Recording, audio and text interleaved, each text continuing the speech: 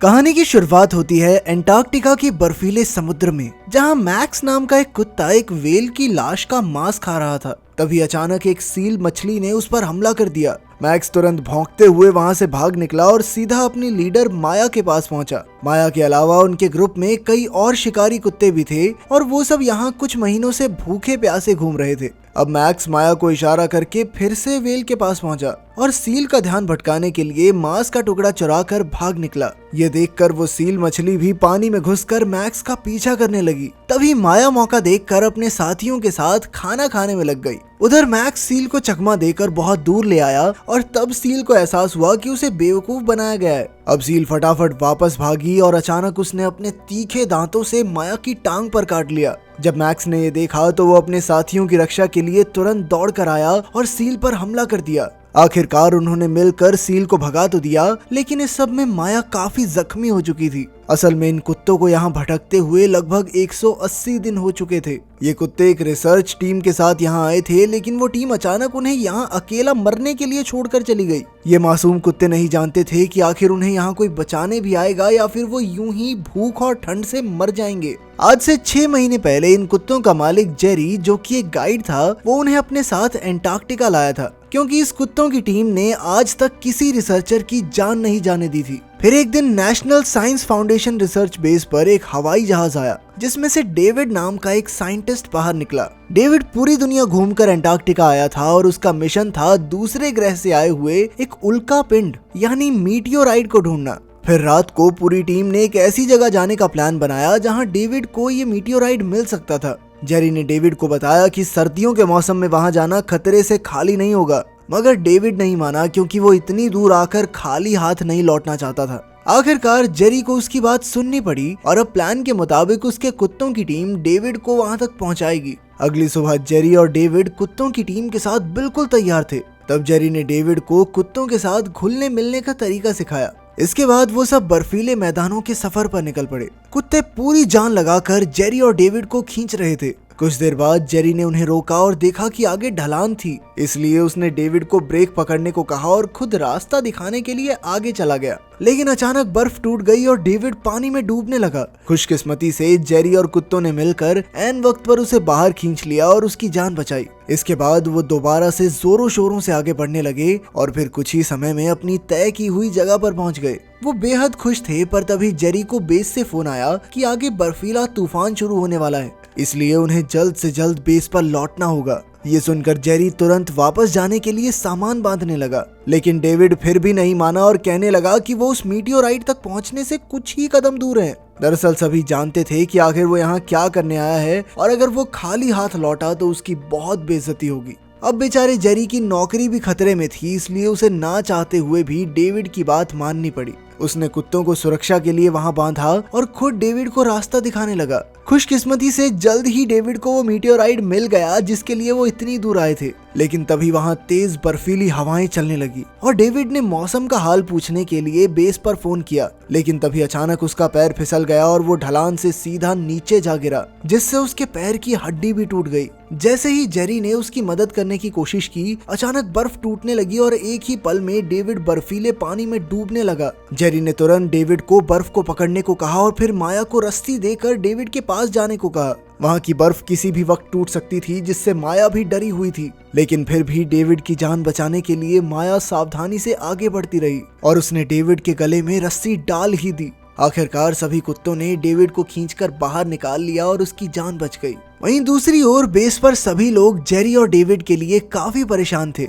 लेकिन मौसम इतना बिगड़ा हुआ था कि वो चाहकर भी कुछ नहीं कर सकते थे। खैर फिर भी लगातार 6 घंटे का सफर तय करने के बाद जेरी और उसकी टीम बेस पर वापस लौट आई। उन्हें सुरक्षित देखकर सभी लोग बहुत खुश थे, लेकिन डेविड काफी जख्मी था और बाहर के बर्फीले तूफान की वजह से जेरी की उंगलियों की नसें भी जमने लगी थी। अब उनके ग्रुप ने डेविड और जेरी को प्लेन से हॉस्पिटल ले जाने का फैसला किया, मगर अब जहाज में कुत्तों को भी साथ ले जाने की जगह नहीं थी, इसलिए उन्हें कुत्तों को वहीं छोड़ना पड़ा। उन्होंने फैसला किया कि वो दोबारा वापस लौटकर कुत्तों को ले जाएंगे। जेरी किसी भी कीमत पर अपने कुत्तों को यहाँ अकेला छोड़कर जाने के लिए राजी नहीं था, पर उसके साथी उसे जबरदस्ती प्लेन में ले गए। जाने से पहले जेरी ने कुत्तों को जंजीरों से बांध दिया और वापस आकर उन्हें ले जाने का वादा किया। कुत्ते बर्फीली हवाओं में खड़े होकर जेरी को जाते हुए देखते रहे उन्हें लग रहा था कि जेरी हमेशा की तरह जल्दी ही वापस लौट आएगा। कुछ दिन बाद जब जेरी की आंख खुली तो वो हॉस्पिटल में था। उसके जख्मों के कारण वो कई दिन से कोमा में चला गया था।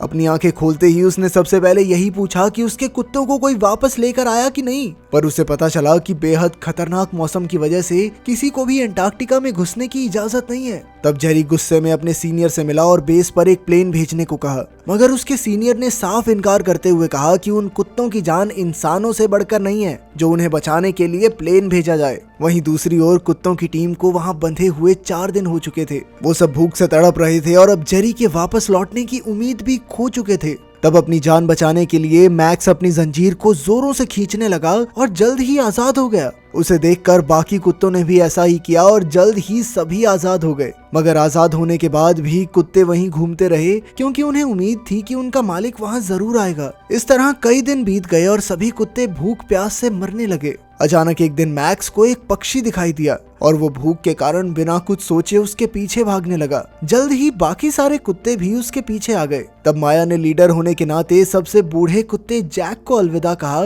क्योंकि उसमें अब आगे बढ़ने की जान नहीं बची थी। इसके बाद माया ने पूरी टीम को पक्षियों का शिकार करना सिखाया। वहीं दूसरी ओर जेरी अब भी किसी तरह अंटार्कटिका जाकर कुत्तों को वापस लाने की कोशिश में लगा हुआ था। वो पैसे जमा करने के लिए वॉशिंगटन तक पहुंच गया, लेकिन उसके लिए हर जगह के दरवाजे बंद थे। उसे बताया गया कि इंसानों को सर्दियों के बाद ही अंटार्कटिका जाने की इजाजत मिलेगी। ये सुनकर तो जेरी का दिल ही बैठ गया क्योंकि उसके कुत्ते अकेले इतने खतरनाक मौसम में जिंदा नहीं रह पाएंगे। खैर फिर वो डेविड से मिलने उसके घर गया। डेविड का पैर अब भी ठीक नहीं हुआ था। खैर जेरी ने उसे कुत्तों के साथ वाली तस्वीर दिखाई ताकि डेविड सरकार में बैठे अपने दोस्तों से बात करके उसका काम निकलवा सके। मगर डेविड ने भी यही कहा कि कोई भी उन कुत्तों की जान बचाने के लिए इतने पैसे बर्बाद नहीं करेगा। अब जेरी के पास कोई चारा नहीं था, इसलिए उसने खुद को सबसे अलग कर लिया और अपने घर में बंद होकर अपने प्यारे कुत्तों को याद करता रहा। इसी तरह समय बीतता रहा और अब कुत्तों को अंटार्कटिका में अकेले भटकते हुए पूरे 50 दिन हो गए थे।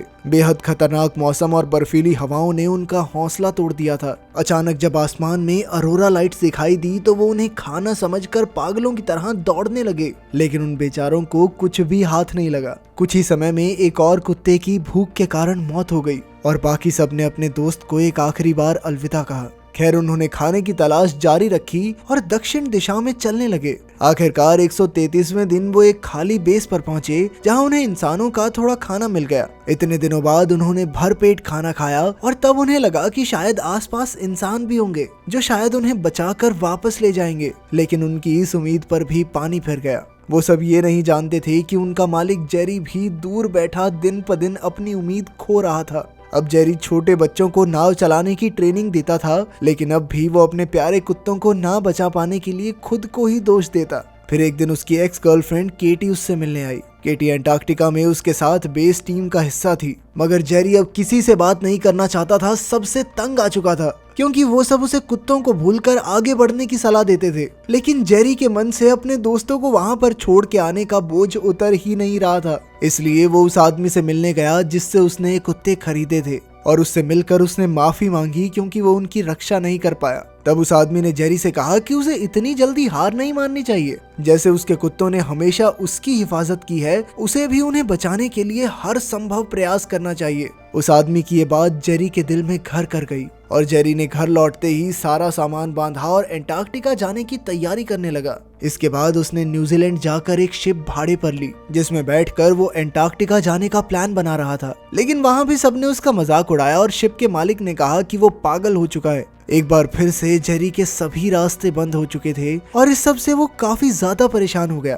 तभी उसे उस बार में केटी दिखाई दी। कुछ ही समय में उसे डेविड और अपनी टीम के बाकी लोग भी मिल गए। तब पता चला कि वो सब जेरी के इस मिशन में उसका साथ देने आए थे। असल में डेविड ने अपने बेटे की बनाई हुई एक पेंटिंग देखी जिसमें उन कुत्तों ने अपनी बहादुरी से डेविड की जान बचाई थी। ये देखकर उसका दिल पिघल गया और उसने पैसों का इंतजाम किया। आखिरकार वो सब बिना समय गवाए अंटार्कटिका की ओर निकल पड़े, पर जल्द ही उन्हें एक और मुश्किल का सामना करना पड़ा। वहाँ की बर्फ काफी मोटी थी जिस पर शिप का चलना बहुत मुश्किल था। तभी उन्होंने देखा कि उनका पिछला बेस कई किलोमीटर्स की दूरी पर था। फिर उन्होंने इटालियन बेस से ट्रक्स मंगवाए और बेस की ओर निकल पड़े। वहीं अब कुत्तों को यहाँ रहते हुए 175 दिन हो चुके थे। पूरी टीम बेहद कमजोर हो गई थी और उनकी सारी उम्मीदें बिखर चुकी थी। आखिरकार वो सब बर्फ पर लेटकर अपनी आखिरी सांसें गिनने लगे। इधर कुछ दिन ट्रक से सफर तय करने के बाद आखिरकार जेरी और उसकी टीम बेस तक पहुंच ही गई, मगर उन्हें वहां एक भी कुत्ता दिखाई नहीं दिया। तब जेरी ने देखा कि जंजीरें टूटी हुई हैं, यानी सभी कुत्ते भाग गए होंगे।